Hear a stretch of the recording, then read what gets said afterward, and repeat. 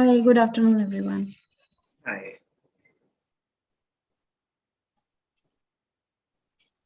Good afternoon, Shruti. Hi, Aparna. Good afternoon.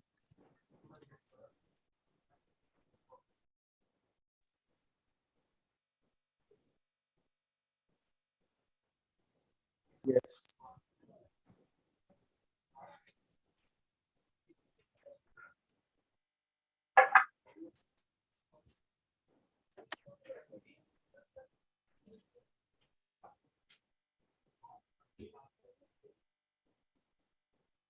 Satya, we are good to go.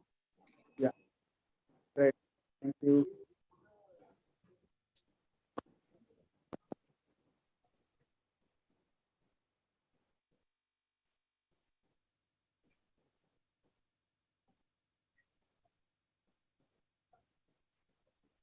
Yeah, I think, Shruti, we can start the session. May I request you to please opening.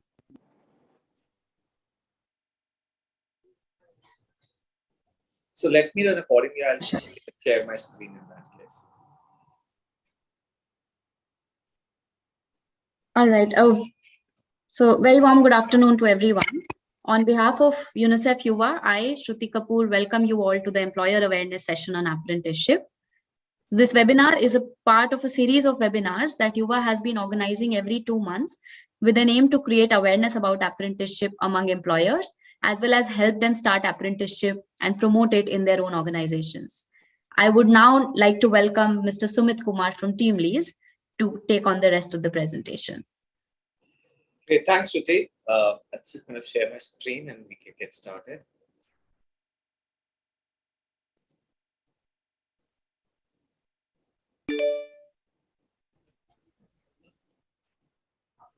Is my screen visible to everybody?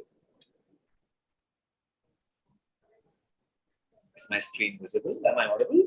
Yeah, it is visible. Great. Great.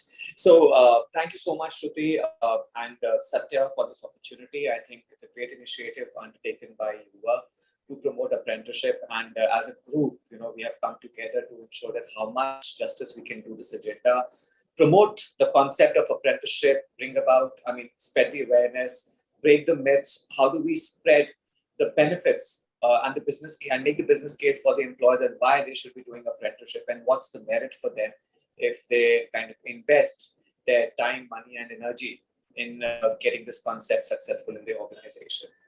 So as part of the program today, I'll be just walking you through about the entire apprenticeship, giving an overview about the apprenticeships, which would be then followed by industry interaction by Mr. Indraneet Dhar, who is the head of HR for the Radiant Appliances, who would be sharing his life experience. Post which we would be doing a question and answer session for the audience, just in case if they have any queries, they want to clear some doubts, we would be happy to address those. As I said, as an association, a group of different organizations that have come together and joined hands with Yuva to promote apprenticeships, and that's what we're trying to do today. As Shruti mentioned, this is the second event in this whole endeavor that we are conducting to generate as much of awareness amongst the employers so that they can come forward and engage with apprenticeships. The background is that apprenticeship is now in India about 60 years old. In 1961 is when the Apprenticeship Act was written and enacted as well. And the whole agenda of the apprenticeship was that how the organization can make most of this particular arrangement or the scheme to create skilled workforce for the organization. And that time it was more of a, the budding industrial era, how this apprenticeship could create the talent, which was essential at that point of time. But yes, over a period of time, the whole economy has changed now. We are no longer, we are rather driven by the services sector, where there is a lot of the job creation is happening a lot in the services sector, but which is where there's a whole lot of demand for skills is generating, and that's where apprenticeship becomes essential, not just for the industries or the manufacturing, but also for the services sector. And there's one basic myth which has always been associated that apprenticeship is meant to be just for manufacturing. But that's not correct. today organizations in any sector, in any industry can take up an apprenticeship and create talent for themselves. Just to give an overview, today we've got about 146,000 organizations that are registered onto the apprenticeship portal. And there are about 27,000 organizations that are kind of actively participating, they're actively participating or engaging with apprenticeship. That comprises just of the 19% of the overall universe that's registered. On the portal, which is the apprenticeship portal, that's apprenticeshipindia.org, we've got about 60 lakh people who are registered, or the candidates who are registered, who are willing to take up apprenticeship. And so far, cumulatively, we have engaged about over 1 million apprentices. And if you were to look at in the state of Telangana, there are about 3,000 or over 3,000 organizations that are registered, but only 651 organizations that have, that are actively engaging with apprenticeship, and with about 56,000 apprentices that are currently engaged in the state of Telangana who are undergoing apprenticeship training in the organizations. Again, a little bit more overview here. If you talk about, as of date, India has about 1 million apprentices, but that's cumulative figure. But if you were to look at, compare it globally, China has about 20 million, Germany has about 10 million, Japan has 10 million, Germany has about 4 million, even Japan, even a country like UK has about 2 million apprentices, but in India, which has a huge workforce, about 500 million, only 0.1% of its workforce is currently deployed under apprenticeship in the Indian labor market. And that's pretty much abysmal. If you look at any of the evolved economies, that is anything between 3 to 4% of the people are engaged in apprenticeship, any of the evolved economy, and that is a necessity for the socio-economic growth of any country. Today, the active engagements of establishment is just about 27,500. As I said, that's just about 19,000. But if you were to look at the proportion, which is 5 lakh apprentices deployed with 27,000 organizations, that makes it just about 18 or 19 apprentices which are deployed per organization, which means that the concept is highly underutilized at this point of time. Amongst the top sectors where these apprentices are engaged is in automotive, followed by retail, IT, ITES, power and electronic. And in terms of the state spread, it's Maharashtra, which is at the forefront in engaging apprenticeships, followed by Gujarat, Haryana, Tamil Nadu, and Uttar Pradesh. And if you were to look at the statistics in Telangana contributes to about 11% of the apprenticeship engagement, in the whole sphere of our apprenticeship engagement in India. So there are about some 31,786 apprentices which are currently engaged with 651 organizations. And these 651 organizations are out of the 3,037 organizations that are registered onto the portal. This gap which exists between the registered organization versus the organization which are actually implementing apprenticeship speaks volumes about the intent, which clearly indicates that yes, there is an interest in doing apprenticeship, but somewhere it kind of fizzle out, and many surveys suggest that it's the lack of understanding of the whole concept of apprenticeship or the system about apprenticeship, which kinds of deters them to kind of start off. Today's agenda is largely to address that how do we mitigate this gap of understanding of the apprenticeship system and motivate more and more organizations to come forward and engage with apprenticeships in the state of Telangana. In the state, the top 5 sectors that engage with apprenticeships are retail, IT, ITES, automotive, furniture, and life sciences.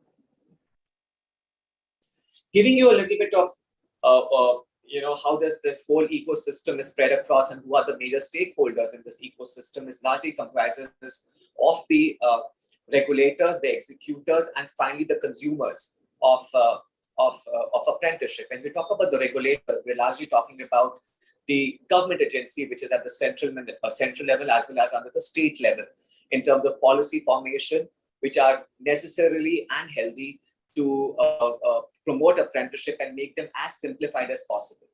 The sector scale councils largely agenda resides for promoting and execution of the apprenticeship. The third party agents our aggregators are the facilitators to support organizations in implementing apprenticeships in their organization. They're basically the support system which is available to you as instated by the government to ensure that there's a helping hand available to the employers to execute apprenticeship in their organization. The basic training providers are an essential component in this whole ecosystem, because while the practical training is being imparted, which kind of help them gain more proficiency in their craft by doing it, by learning, by doing it, the basic training which kind of adds to the finesse with the conceptual knowledge to how to go about and approach that particular task. The bodies like CII and NASPA are the ones who again facilitate the whole aspect and are the advocates of apprenticeships to promote apprenticeship within the industries to facilitate more adoption amongst them.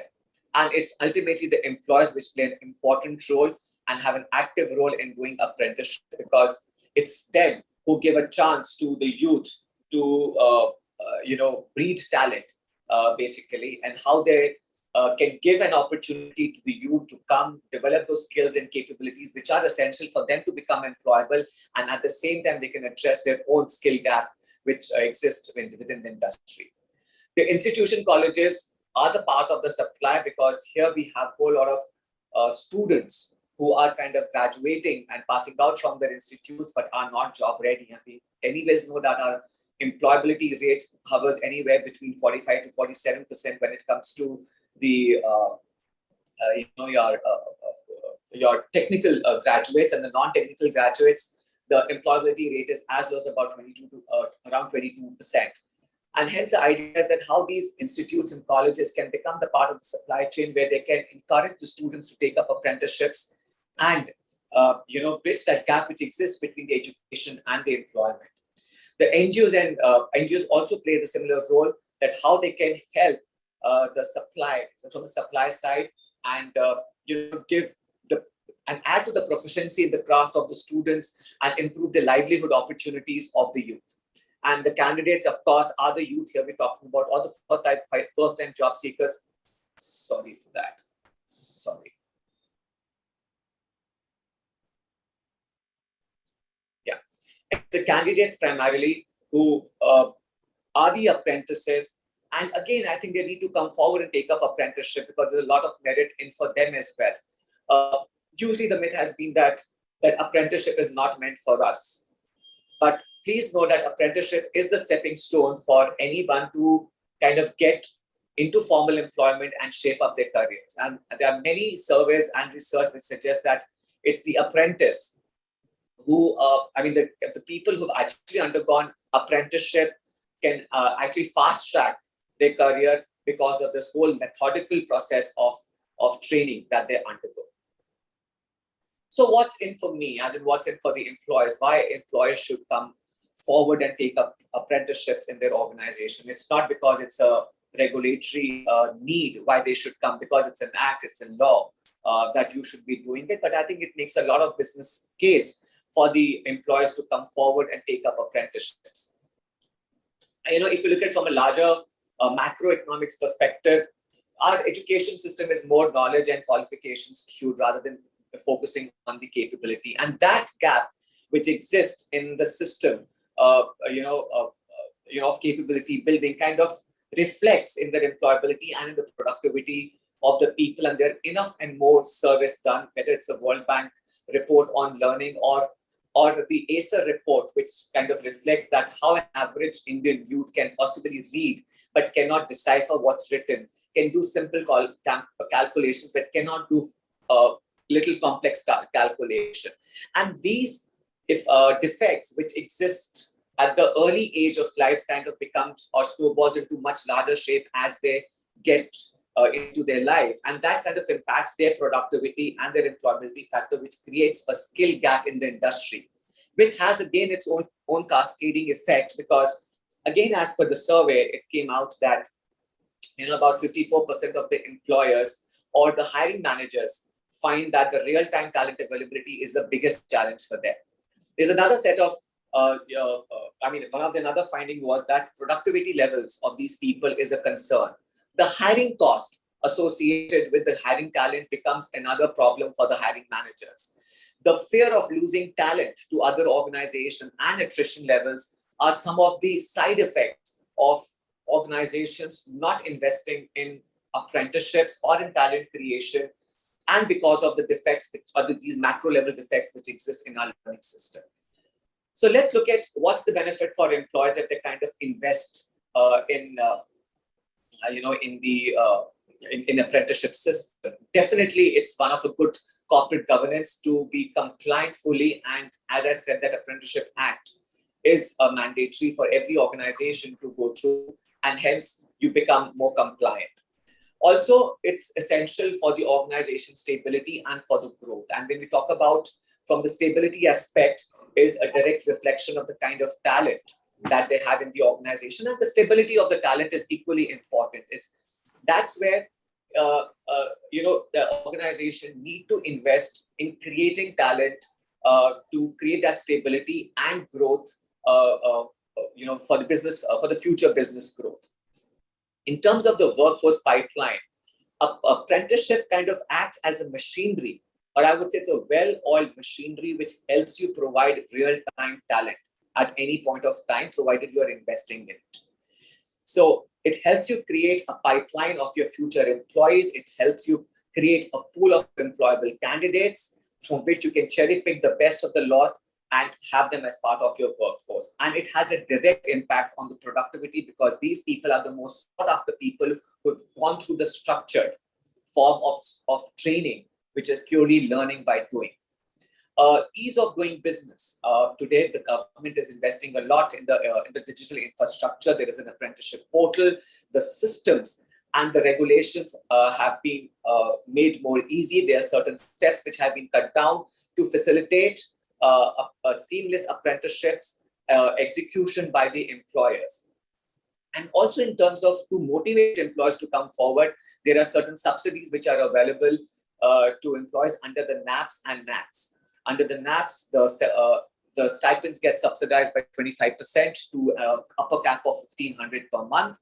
And you also get subsidy on the basic training, which is mandatory now. And that is in tune about 7,500 per candidate is what is available. Under the NATS, which is National Apprenticeship Training Program, about 50% of the stipends in tune about 4,500 gets subsidized for the employers. Most also, because they are apprentices, they are not employees. You're not, PF and ESI is not applicable to them. And the amount that you spend on these apprentices, which is any incremental spend beyond 2.5% of your engagement of apprentice, qualifies under CSR as stated by the Ministry of Corporate Affairs. And also to do a huge justice to the youth by helping the youth employability, by enhancing their employability, by enhancing their livelihood opportunity, by ensuring that they have a better standards of living, how they can drive a more socio-economic growth for the organization, for the country, because as their employability improves, their livelihood opportunities improve, their purchasing power improves, which leads to direct increase in the consumption, which drives the economic growth. And also, because you do justice to the youth by giving them an opportunity to kind of have the opening balance of experience which any employer is looking for, is what you do justice to these school kids who have just passed out, and are looking for their jobs.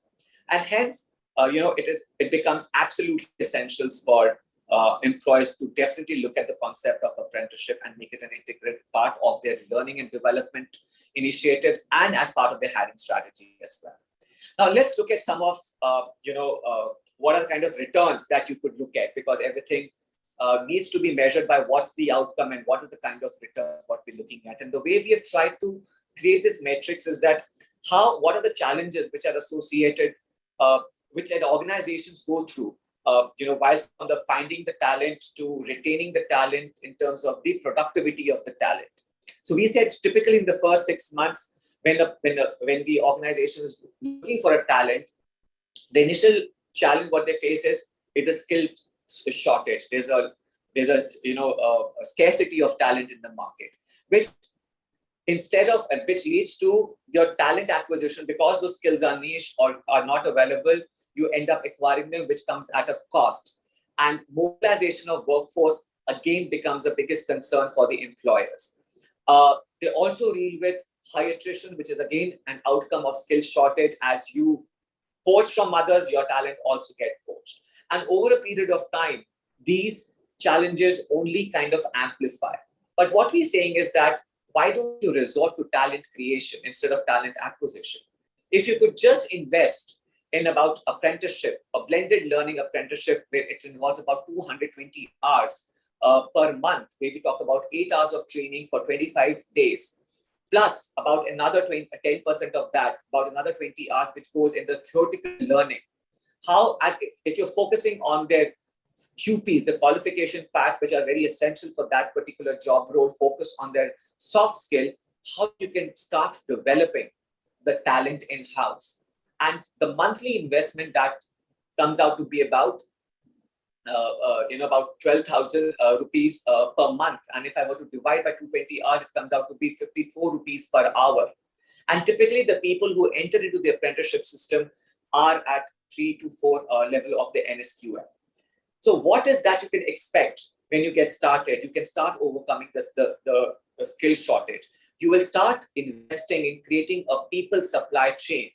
The cost efficiency in hiring starts kicking in, and also your hiring time gets reduced drastically. And as you keep investing, you will realize that over a period of time, what are the benefits that you will realize? That your retention improves, your engagement improves with them, the productivity starts reflecting in their output, how you start break even in the learning cost, how your hiring cost becomes more optimized, how your productivity improves, and the potential productivity loss because of the loss of man hours in terms of any absenteeism or attrition, how that is taken care because of the real-time talent availability. And it's not just a warm body but it's a productive resource that you're able to create and have available immediately to backfill your attritions. So what we're saying that if you invest about, let's say, 12,000 to 16,000 rupees per month, your benefits could be in tune of about 3 to 4 times of the annual investment that you make of 16,000 rupees per month kind of a thing. And over a period of time, you will realize that you have created a human capital for your organization, which has a long-term benefits and the long-term returns that your organization can enjoy. Let me walk you through the policy, related to the apprenticeship system. So in India, the apprenticeship is largely been done, created. As I said, it's a regulatory which comes under central government body. There's also state government which gets involved in the execution at the state level. But even at the central level, there are Ministry of Education and Ministry of Skill Development Entrepreneurship, where the apprenticeship gets divided. So anything which is to do with undergraduate programs is being taken care by the Ministry of Skill, and the graduate apprenticeship training program is taken care under the Ministry of Education. The governing bodies under them is BOPT, which is Board of Practical Training, which was earlier known as Board, which takes care of the execution of the graduate apprenticeship training program. But it's under the Ministry of Skills, it is DGT, which takes care of the designated trades, the training, and NSDC is responsible for your optional trade, execution of apprenticeship. Now, I'm sure, as it sounds, if you're hearing it for the first time, it does sound very complicated because you do not know where to go about doing it. But it's very simple. If it is going to be graduates and above, you could put it under Ministry of Education. And if it is under any undergraduate program, you could put it under Ministry of Skill. If it's any service-oriented job roles, you could put it under NSDC, under the optional trade. Manufacturing-oriented roles are largely covered under the Directorate of General Training, which is DGT, under the designated trades. And further, they get monitored by RDSDE, which is the Regional Directorate for Skill Development and Entrepreneurship for the DGT, and the optional trades get managed by the sector skill councils. And there are about 46 sector skill councils which are responsible for executing apprenticeships. For the state government, it's the your state's development, the state apprenticeship advisors and the state skill development missions, which are there, are the ones that drive the apprenticeships for the apprenticeship for the state government departments, for the state PSUs, and for the private establishment which are operating less than 4 states. Please note that if your organization is present in more than 4 states, you need not go to your apprenticeship advisor or to these offices. You can straight away get registered on portal and you get your approvals done online. And that's the advantage of that portal, which is trying to mitigate the processes, steps, and the timelines for the organization to get started on doing apprenticeships. Just to give a little bit of comparisons between the two programs, usually it's under the Ministry of Skill Development, which is the designated trades and the optional trades get covered under a special promotion scheme called NAPS, which is National Apprenticeship Promotion Scheme. That comes under the Ministry of Skill Development and Entrepreneurship, and under the Ministry of Education for the Graduate Apprenticeship Program and the Diploma Apprenticeship Program, the scheme is called National Apprenticeship Training Scheme. And the portals are available here. Okay. So first is the authority, as I already stated, that if you were to look at DGT is the one of them, which takes care of the designated trades, and NSDC, which takes care of the optional trade, is all under there. For NATS, it's the board, BOPT basically, which kind of drive this whole program. And the portals to go about, the URLs are mentioned here. For the under the NAPS, the portal to go about is apprenticeshipindia.gov.in, and under the NATS, it is mhrdnats.gov.in. The qualification criteria is for DGT of a designated trade is at least ITI pass. But if you look at for the optional trade, it would be at least 5th pass is what we're looking at. And you can go up to graduates as well who could be deployed under the optional trades. For both or for the NATS program, it is the graduate and the diploma holders are eligible to enroll themselves for under the NATS program. The duration under the NAPS is anywhere between 6 to 36 months, depending on the industry requirement, depending on the job role. But for NATS, it's a fixed 1-year tenure for which these candidates undergo apprenticeship training. The trade categories I've already mentioned under the NAPS, it's the designated trades and the optional trades. And under the BOPT, it is, or the NATS, it's basically the designated trades that get aligned for the apprenticeships. The on the job the training running around these essential to job. The assessment under NAPS for the NCPT, which are responsible for the established. It's not really handed, but however, its establishment the certification is done by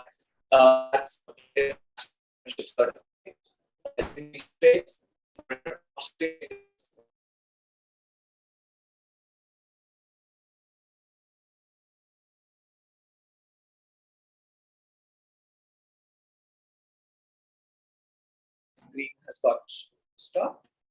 Is my screen visible? Hello. Hello. Sumit, I think it's gone now. Can you please reshare? I'll just reshare it. Sorry for this.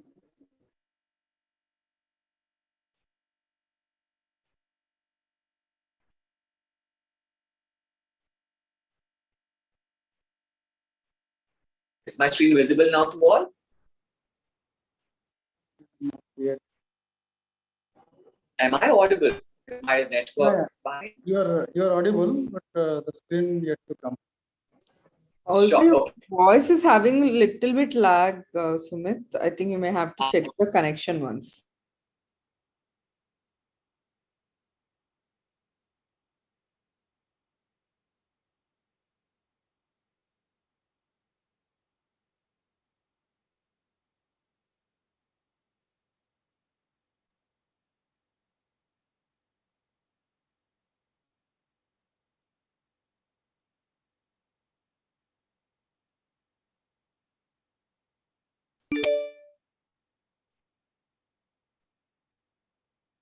Yeah.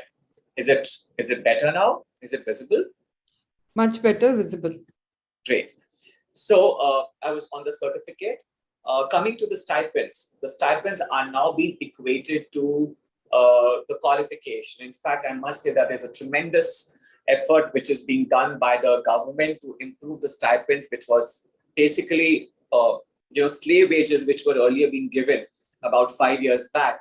But in last 5 years or 6 years, there's been tremendous reforms in terms of the stipends, which today they are benchmarked to the qualification. So for a graduate can earn minimum for about 9,000 stipends per month. Diploma holders is equated to 8,000 bucks. For any vocational training, it's about 7,000. ITI gets 7,000. 12 pass is 7,000. 10th pass and is about 6,000, and anything less than that is about 5,000. So there are, and by the way, these are just the minimum stipends. You could pay them anything over and above this, but you cannot go less than these prescribed rates under the Apprentices Act. And under the NAPs or under the designated trades and under the optional trades, you have to give them a hike of 10% in the second year. And if you kind of engage them on the third year, the 15% hike is also mandatory. However, such hikes are not mandated under the graduate apprenticeship training program. The incentives available under the NAPs, I've mentioned it earlier as well, that your stipends get subsidized by 25%, capped to 1,500 rupees per month per apprentice. And for the graduate apprentice, it is anywhere, it gets subsidized by 50%, and graduate gets about 4,500 subsidy, and diploma is 4,000 subsidy that is available. The basic training is kind of mandated under the designated trades wherever there is, if you're not engaging with graduates, and even for the certain graduates, now the basic training is necessary, and the subsidy that is available to any employer is include about 7,500 rupees, which gets paid back to the employer at the end of the training. And there is no basic training that is essential for the graduate apprenticeship training program. So the journey so far has been extremely interesting. I mean, the act was enacted in 1961. There have been 7 amendments over a period of time. But very interesting fact, which I would like to highlight here, is that in 1975, under the government then, which was led by Mrs. Indira Gandhi, had a 20-point agenda. The government had a 20-point agenda. And the 20th point in that agenda was to amend the Apprentices Act. It literally took 40 years for the government to make those the changes, and the major amendment actually happened in the year 2014, which was like a revolutionary changes where almost like all these things have been taken care of, both from the employees' interest as well as from the apprentices' interest, which got implemented under the Apprenticeship Rules 2015, as a dedicated ministry came about for skills, called Ministry of Skill Development and Entrepreneurship. Prior to that, the apprenticeship was under the Ministry of Labor. After that as well, there have been a couple of changes which have happened under the apprenticeship rules. In 2009, again, there were certain changes were made where the stipends were again hiked or benchmarked to the your qualification, and there was a student apprentice and a degree apprentice was also introduced in 2019. And interestingly, last year, the finance minister also announced in the budget that there are proposed amendments, further amendments in the Apprentices Act, and we can see that ministry is working very hard to ensure, whether it's at the policy level or at the execution level, the system is being trying to simplify it to make it very easy for the employers to come forward and do apprenticeship, and even make them accessible by the youth to take up apprenticeship. And a very big example is the National Apprenticeship Mela that took place yesterday, which was conducted at over 700 locations, covering huge amount of, rather attracting a huge amount of crowd to these apprenticeships, which clearly indicates that yes, there is an intent, and our country today is kind of accepting the norm of apprenticeship, whether it's the employers or it's the youth today. Let's look at some of the provisions made in the Apprentices Act. If you talk about from the employer side, Well, if your organization has a strength of less than 3 or 3, it's not essential. You're not eligible to take apprentices. But if you have anything between 4 to 29, it's kind of optional for you to engage with apprenticeship. But wherever it's 30 and beyond, it is mandated to appoint apprentices. At least 2.5% is necessary, and you can go as high as about 15% of your overall employee strength. The eligibility criteria is at least 18 years, but you can go down to about 14 years, which is for non-hazardous job roles. And the minimum qualification criteria is at least 5th pass there. And there has to be a contract that has to be there between the employer and the apprentice, which gets verified by the apprenticeship advisor. But in terms of optional trade, it all gets executed onto the portal itself. As per the regulations, you're supposed, it's kind of, the regulations are there, which kind of regulates the contract, it takes up amendments, the claims, everything is mentioned in the regulation itself, which specifies whether what kind of a job roles, what kind of time frames, what kind of stipends, what kind of a plane, how to go about doing it. Everything has been very clearly, stated in the regulations. Yes, you are mandated to pay stipend. As I said, that it's kind of equated with the education qualification. So depending on what people that you are engaging with, you have to pay them the stipend, and you have to kind of provide the basic training to them to create that finesse and to create that knowledge aspect of it, to how to go about doing that particular task. And that kind of adds to their proficiency, which kind of improves every passing day as they're kind of performing the task on the floor. And definitely there is a penalty clause where you have to pay about 500 rupees for any shortfall in your quota for the first 3 months, and then it subsequently goes up to about 1,000 rupees per month per candidate till the time the seats are filled. But let me tell you one thing, that before 2014, the apprenticeship, for not abiding the apprenticeship, the owner, the CEO, the directors of that organization could be put behind the bar. So yes, it was kind of criminalized, but which has been decriminalized after 2014. Please note that apprentices are your trainees. They are not your employees and workers. So please handle them carefully, groom them carefully, groom them to a level so that they become a productive employee of your organization. Do not try to equate them employees. Do not expect them to be that proficient. It's just that it's a building phase for them, where you are nurturing the talent, you're building the talent, or honing the skills, for these particular apprentices. There is no labor law which is applicable to them. There is no statutory benefits that needs to be paid to them, which are being paid to the employees in the form of PF and ESIC. And yes, you could take group insurance, but however, they need to be covered under WC or EC. That is kind of necessary for them. So what's the process like? How does you go about doing it? So it's very essential for employees to identify that what are the skills that are required, and the way the world of working is changing, transforming. The skills are also kind of changing to meet the requirement for that particular job role. So it's very essential for the employees to identify the right skills, not just keeping the today's need, but also kind of keeping in mind what's going to be there for tomorrow as well. Once that's done, you start creating the curriculum, identifying the curriculum, depending on the job role. You identify the right QPs onto the portal, and the curriculum, pedagogy, the trainers, the assessors, everything kind of gets, done online there. Once that is done, there is a need for you to mobilize these candidates who are going to be your apprentices. So you need to go and hire the apprentices, which you could do it yourself. You could reach out to campuses, you could reach out to various NGOs, training companies, and you could also take support of the TPAs, which we will touch upon a little later in the presentation. Once that's done, you've got to register yourself, and you have to register the apprentice or the candidate onto the portal as well. That is essential, because that portal is a one-stop shop for all the stakeholders, and to also get engaged, to get that partnership association in place and get started. And that's where the opportunity gets created, the BTP creation happens, the contract gets generated between the candidate's employer through the portal. The basic training is done in the classroom.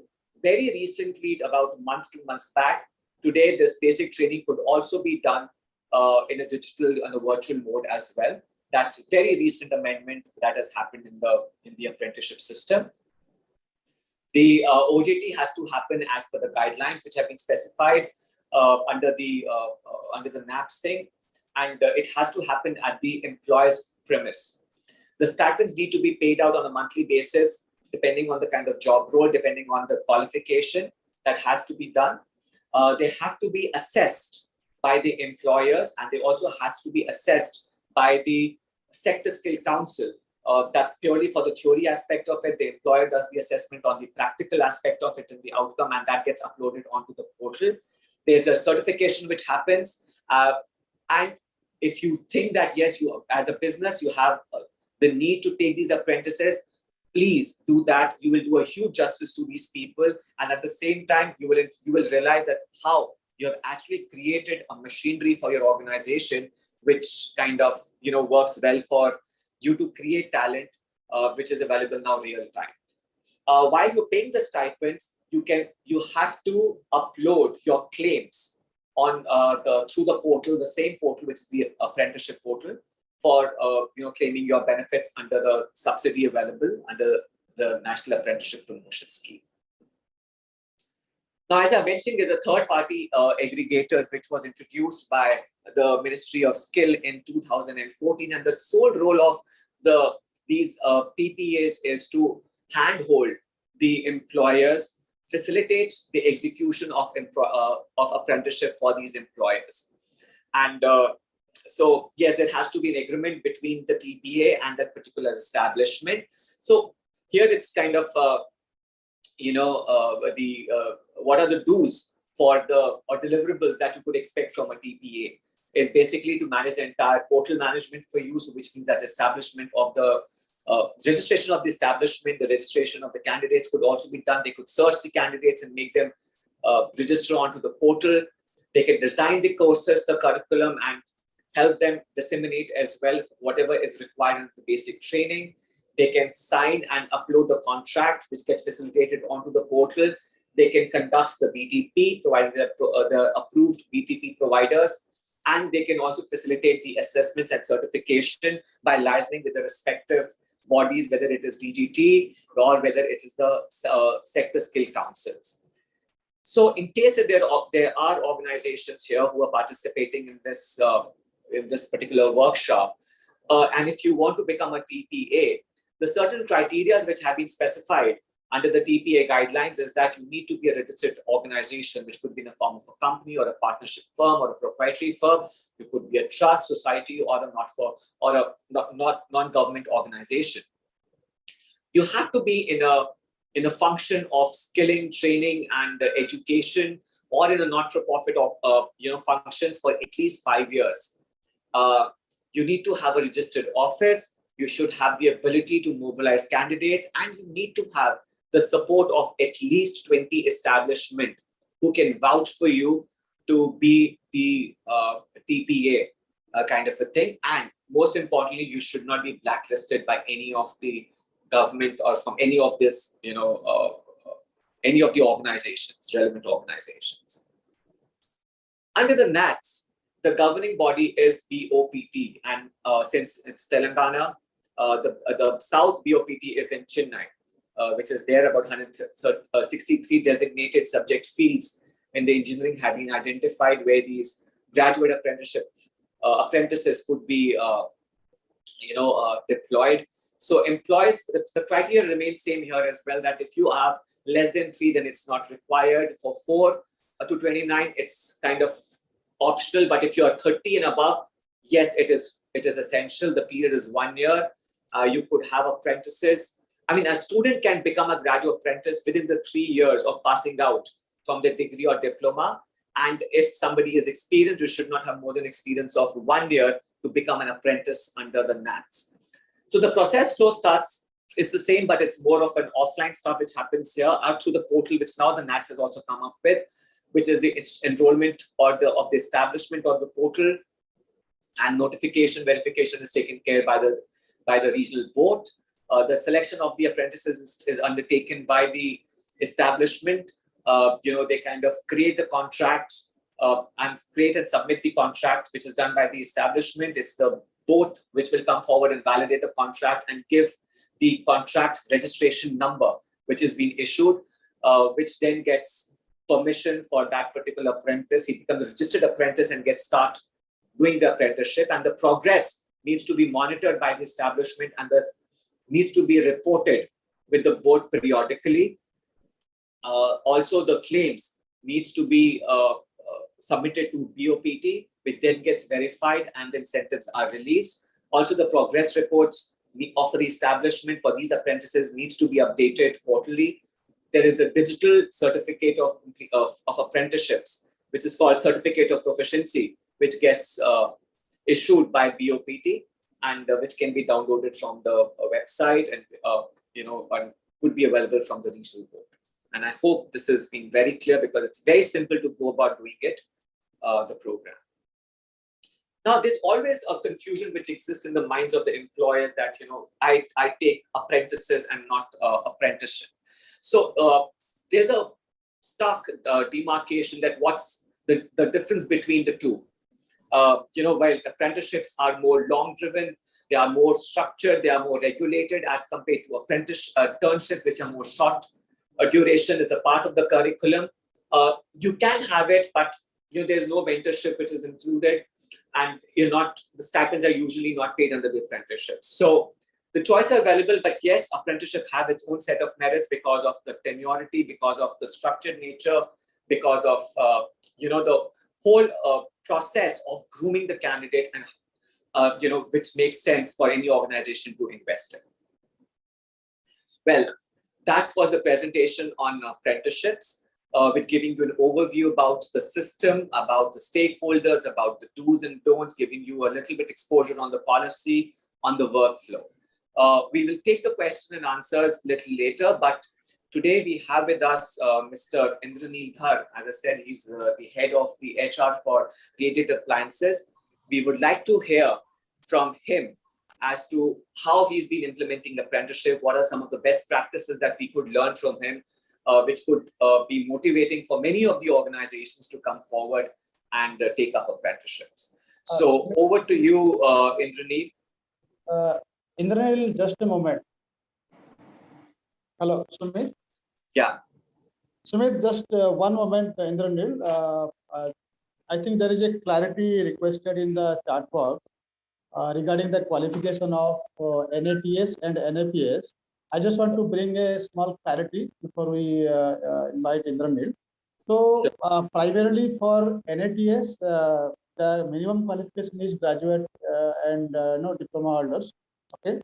But for Nfps, it also covers, it starts from 5th class onwards, and it includes everyone. I mean, 10th pass, 11th pass, 12th pass, ITI, diploma, graduate, vocational, all the things are covered in NFPS. So NFPS has got a broad category of students that can be taken up through the NFPS scheme. So just for clarity of viewers here. Thank you. Thank you very much, Satya. Thanks for that clarification. I was just wondering, thanks Sumit for this presentation. This is Girish here from ITC and SSC NASCOM. So just wanted to tell all the audience that even under NAPS optional trades, all the engineering graduates, BAs, BScs, BWOCs, everybody is acceptable and to be engaged as apprentices. Thank you.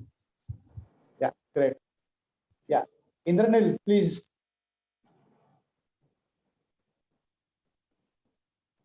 Yeah, hi, good evening to everybody here. Thank you, Sumit, for the wonderful introduction and the complete explanation of the end-to-end process of NAPS. So I'll just take a couple of minutes and just share a few experiences that we at Radiant Appliances and Electronics had with NAPS trainees. So can you please confirm in case my screen is visible? Yeah. Yes. Yeah, okay. So Radiant Appliances and Electronics Private Limited, we are located at Hyderabad, and we are the second largest manufacturer of LED televisions in India. And we are the only EMS manufacturer in Telangana. And so we are about 2.5-year-old organization. So we heard a lot about NAPS for the past 2 years or so. So we started taking NAPS last year in the month of April. It's exactly 1 year now that we have taken NAPS at our location. So just to give an idea of our scale, we have around 300 permanent staff, about 2,000 third-party workers on contractual payrolls, and currently we have around 300 NAPS trainees. So that's about our scale currently. So I'll quickly just give you some experiences and learning what we've had with these people. So we are very sure of 3 things when it comes to hiring NAPS apprentices. First, skill set. I mean, at Radiant, we got people and we find these people exactly matching our skill set. Number 2, in terms of attitude. See, these people come here to work. Unlike many workers in many industries wherein people just do a job for the sake of doing a job, these people have the correct attitude towards work in terms of professionalism, in terms of discipline, and last, as adequately explained earlier, we find it very cost effective. Now, what are the major takeaways, what we could see at Radiant here? So there is always this debate amongst many industries, especially in the manufacturing services. Should we hire local? Should we hire not local? What should be the correct proportion of skilled, semi-skilled, and unskilled workers? So here at Radiant, we have taken an exact combination of 50-50. So we have 50% from Telangana and 50% we have from central, north and east India, and that's working wonders for us. For the simple reason that local people are more susceptible to absenteeism during major festivals. And when I say major festivals, in Telangana, every festival is a major festival. Even a one-day festival is a major festival.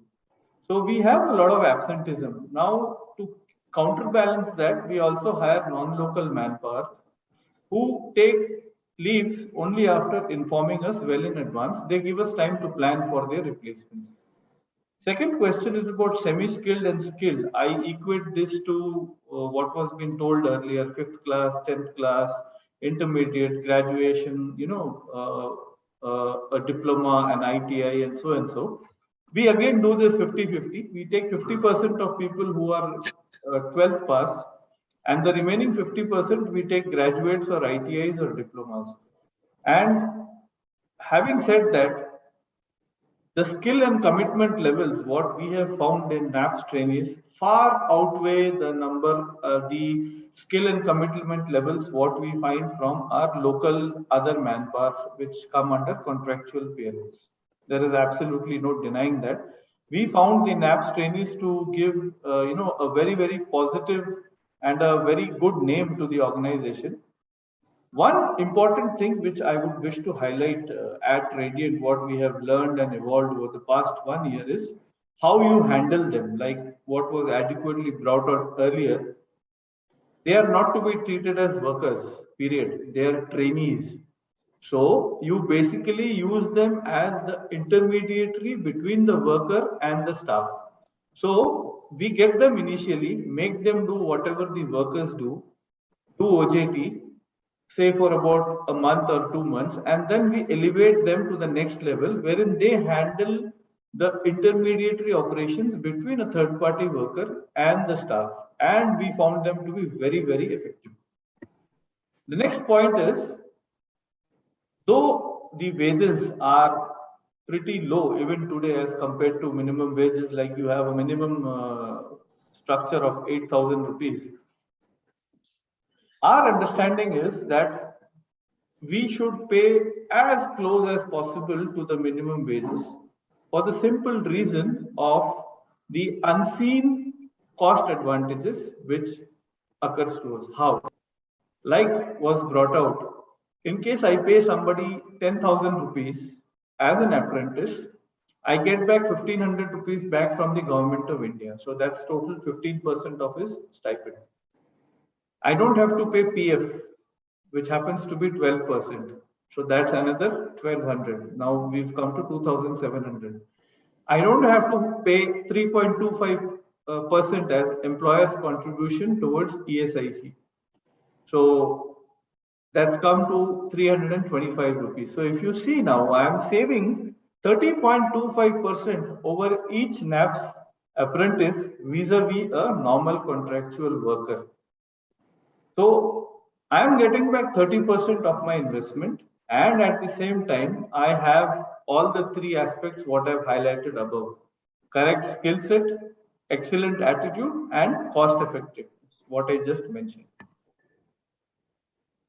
All incentives that are offered to third-party workers must be offered to trainees to keep them motivated, to keep them happy, to keep them committed. We at Radiant, we offer various motivational incentives for 100% attendance. People, based on work performance, we excuse their transport charges, which is bare minimum of 400 rupees per month per person. In case you work and you qualify those minimum parameters for performance every month, we offer them free meals at our canteen throughout the month. So such incentives keep them happy, keep them motivated. They speak good, they speak well of the organization. Word of mouth publicity is more important than any social media marketing skills or any other print media marketing in manufacturing. Next point I want to highlight is the handling and deployment in the factory. This is similar to what I said earlier, that we don't treat them as workers. We handle them in a different way.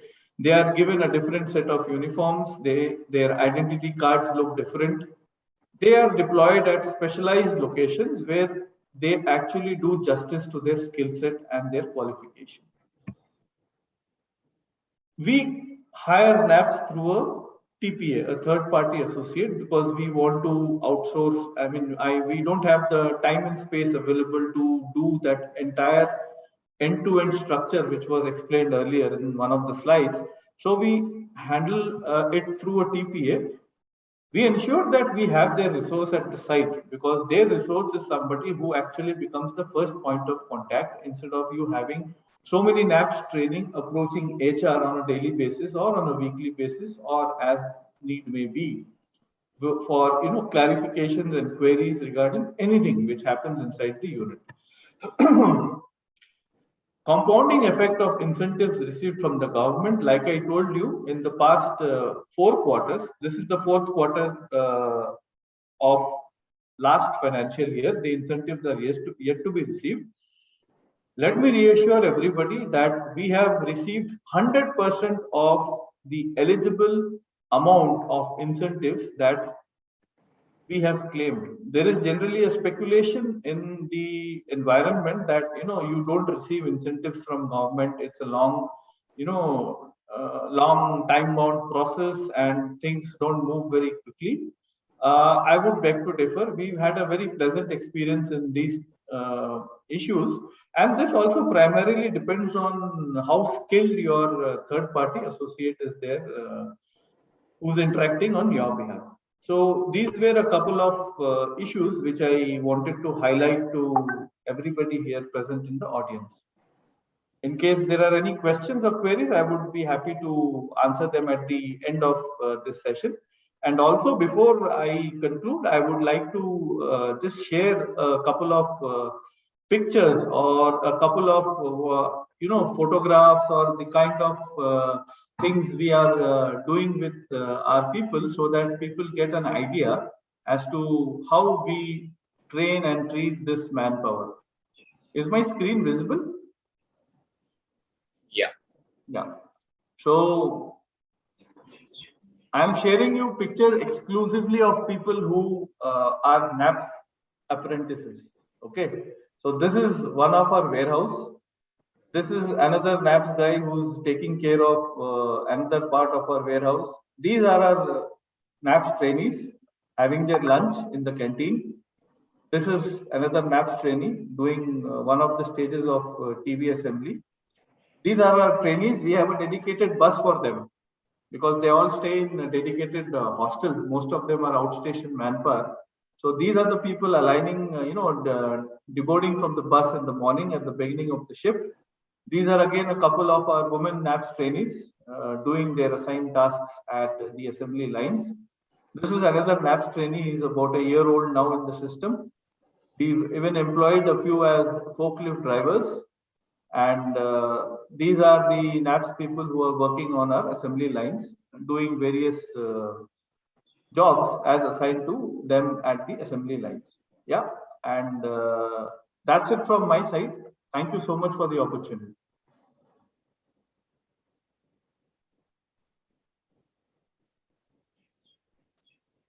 Thank you.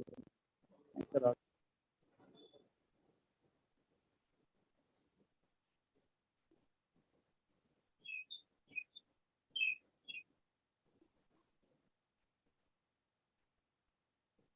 Hello, Indranil. Yeah, I am here. Yeah. Thanks, Indranil. Thanks a lot for sharing your experience. So I am sure our participants will definitely get motivated looking at information that you have shared on the screen and what you have explained. So thanks a lot, Indranil, for sharing it. Thank you. It's my pleasure. Thanks a lot. Yeah. In fact, the whole idea of organizing this session is to, identify the good things happening in different areas, and then let us share across so that people will come to know about it. And obviously, the good message is passed across, and more employers, start adopting the apprentices and take advantage of or take benefit of it. Thank you. Thank you, Indra. Yeah. Sumit, up to you. Okay, any questions that coming in? Satya? Yeah. One of the question is, what is the duration of training to be imparted by the Tpas under this Apprenticeship Act? Is there any minimum duration? Are you saying anything, Aparna? You're mute, just in case if you're saying anything. No, please. Please go ahead. Okay, so I think it's purely depend on the contract between the that particular employer and a TPA, through which the employer would want to engage with that particular TPA. There's nothing, any tenure which has been specified in the guidelines. As long as they're happy with the services, they can continue. If they want to wish to change, whichever way, if they want to terminate, they want to do it on their own. Completely, it's been left at the discretion of the employer to do so. But there's no as such time specified under the TPA guidelines. But there is a basic training provider for. That's for the basic training provider. BTPs. That's right. So basic training, one of the activities which the TPA can undertake will be as per the guidelines, as per whatever the job role requirement is, as stated, is what they have to undertake.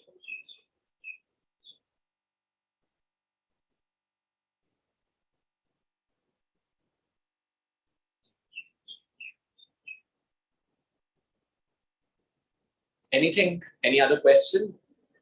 Yes, Amit. One more question is, can any establishment hire more than 15% of its headcount as apprentices?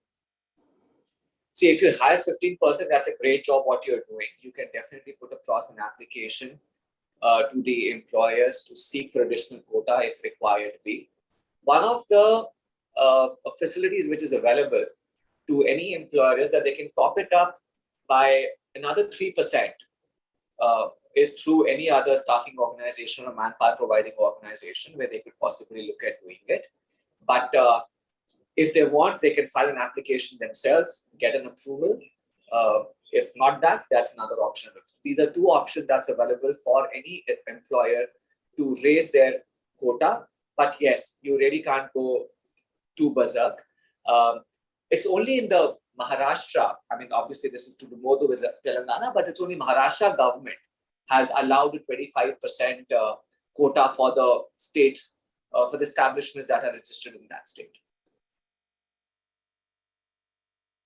There is one question that has been pertinent to particularly hospital ecosystem. Can we enroll BSc nursing candidates under technical education of NATS? Is the enrollment of BSc nursing candidates desirable under NATS? This is one pertinent question that across the hospital ecosystem. But that's a very valid question. See, in terms of the qualification criteria that has been specified under the NATS, not a problem, but I think it's a job role which is under the question mark, which we should possibly seek the clarification from the BOPT in the South, which is in Chennai, who should be able to kind of give it. As I said, from the qualification point, I don't see a problem, but it's a job role which could be a concern because it's a little serious role what you're talking about, responsible role what we're talking about here. Agreed, Sumit. Yeah, next question is Mr. from Vijay Krishna.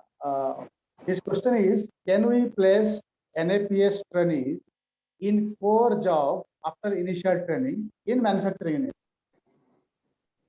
See, I don't know what you mean by, I think you can do it in any job role that is possible. So designated trades, there are about 259-60 job roles which have been identified under which you could possibly do it. If you find that there's a specific job role which has not been specified, but you want to undertake that, it's very unique to your organization, you can always file for an application for an approval to get those, to allow you to do apprenticeship, which is very much possible to do today. But yes, we have to follow a process and a procedure to get those approvals to do beyond those designated trades. In fact, Satya, I have a question here for Indrani, and it's one of the questions which is more to do with which possibly, it could be quite informative for the other organizations who are kind of thinking and contemplating to get started. Indrani, if you're around, I would like to ask you a question. I think Indrani just dropped out. He has some other. Okay. We can check later. I'll do that.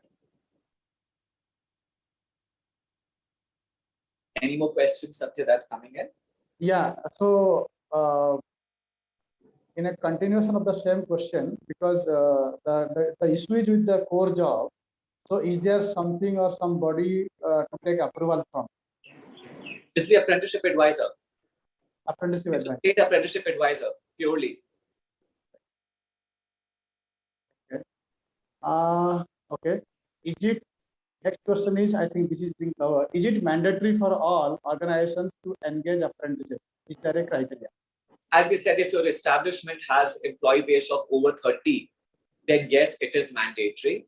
Anything between 4 to 29 becomes optional, and less than that is not required. So if you are an organization which has 30 and beyond workforce, yes, you are mandated to appoint apprentices. Okay, thanks. The next question is, if a candidate has been trained under DDU, EKY or PMKVY and all, can they be considered under Nfps program? Can they be considered under? Nfps, apprenticeship program. NAPS. Yes, of course. They become an inflow for, that's the next level for them. They can get into the, your apprenticeship training, which is more work-based training. So yes, absolutely. PMKVY candidates are eligible to go through apprenticeship training. Okay. So one of the questions is being asked by Mr. Arvind.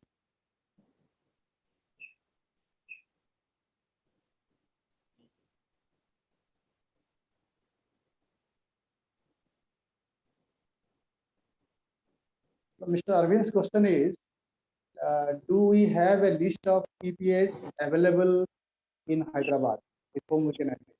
The entire list is available on the apprenticeship portal. That's apprenticeshipindia.gov.in. You could get the list of all the TPAs there. Yeah, I think Arvind, maybe we can share, even if we can share that link so that you can download that information. Okay, Srinivas K, any helpline number or email for more queries?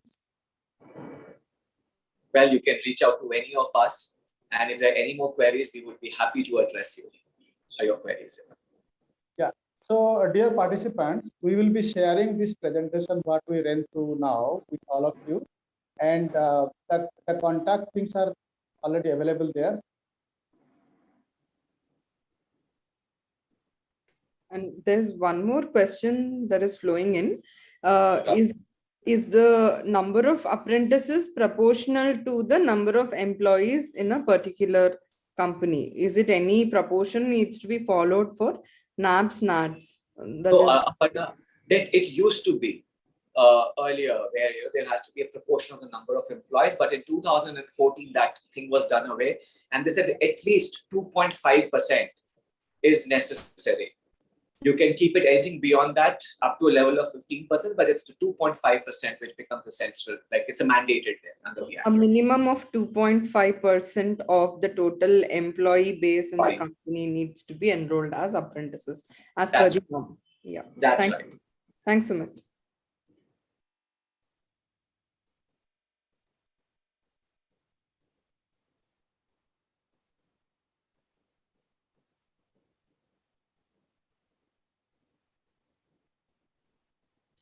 Another question that has come is, can we cross deploy? I mean, if we are taking a bachelor's in, say, someone who's in life sciences into a job role that is not directly linked to their education background, can we map candidates like that for apprenticeship promotion within the organization?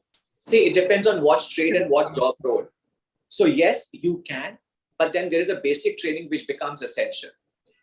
However, it is best to clarify with the respective sector skill council. For example, if you want to hire maybe a BA in ITS, and maybe Girish becomes the right, I mean, his SSC becomes the right to get a clarification that what kind of a basic training that becomes essential for it. So basis the qualification and the job role is where you could possibly do it. But yes, there could be a requirement for basic training that becomes essential. Understood. We need to check with the sector skill council first thing. Second thing is, if the transition is happening, maybe the 3-month basic training that is desired for the sectoral transition needs to be taken up. Yeah, for that, which would be relevant for that job role. Agreed. Understood. And the last question that is coming up is there any concept called management apprentices who can be part of, flow management in retail space, or in terms of, companies as management trainees? Instead of a management trainee, can HRs deploy management apprentices? Because absolutely. See, but as an organization, you need to decide. See, usually organizations appoint management trainees who are essentially their employees, and they're undergoing a training program, which is an induction into the system, getting the overview about the business and everything. Now, that is not an apprenticeship. That's a traineeship, but that's you still, and technically, legally, you are an employee. But as it is available or possible in the graduate apprenticeship training program under the NATs, or let's say even under the optional trade, when you talk about the graduates, if you want to engage them under certain optional trade, you could have them as an apprentice. But please note the technicalities of apprentice. The apprentice is not an employee. They will be covered under the Apprentices Act, will not be entitled to the statutory benefits. And then we have to follow the do's and don'ts as specified under the Apprentices Act. So as an organization, you need to, kind of take the decision. If you take a management trainee, which essentially becomes an employee, goes through a training program, and then is an apprentice who also goes in a training program, which is on the job training program, but is not an employee, as an apprentice legally and technically. So separate regulations, job roles could be same. It depends on you how you want to treat that particular apprentice or a trainee. Okay. So as you're answering the question, we had one query that is raised. Are there any management related job roles that are available that we could easily map? I think we'll be having that on the website probably. Absolutely. As Giriji was also saying like that, if you have graduates above postgraduates as well, there is no restriction. The minimum qualification is specified, the upper limit is not specified. Okay. But depending on the job role is where the tenure for that particular apprenticeship will be decided. But yes, you could do it in job roles in any sector with any qualification. Yes, you become entitled to become an apprentice. And as an employer, you can need an apprentice. Thanks, Sumit. That clarifies the doubts that we have from our end. That's right.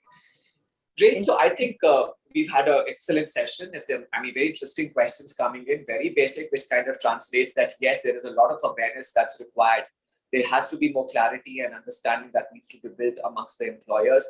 Would urge each and every employer to at least take a plunge, look at doing apprenticeship. You pay justice to your organization, to the society, and those individuals. So, and I think, we've heard one case today from Mr. Indranil Dhar, but there are thousands of cases which are available, which talks about the success stories about apprenticeships. And if there are any questions, can be passed it on through Satya. We would be happy to address all of them, in case if something comes up later on.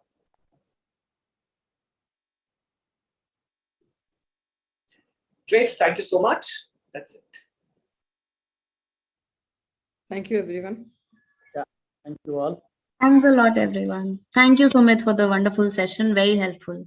Thank you, Yuva, for the well-coordinated effort, and Sumit ji for a detailed walk through the I whole. hope I've done some justice to today's session. I hope so. No, absolutely. Thanks a lot. Thank you, Aparna. Thank you, everybody. Thank Bye-bye. you, Shruti. Bye-bye. Thank you.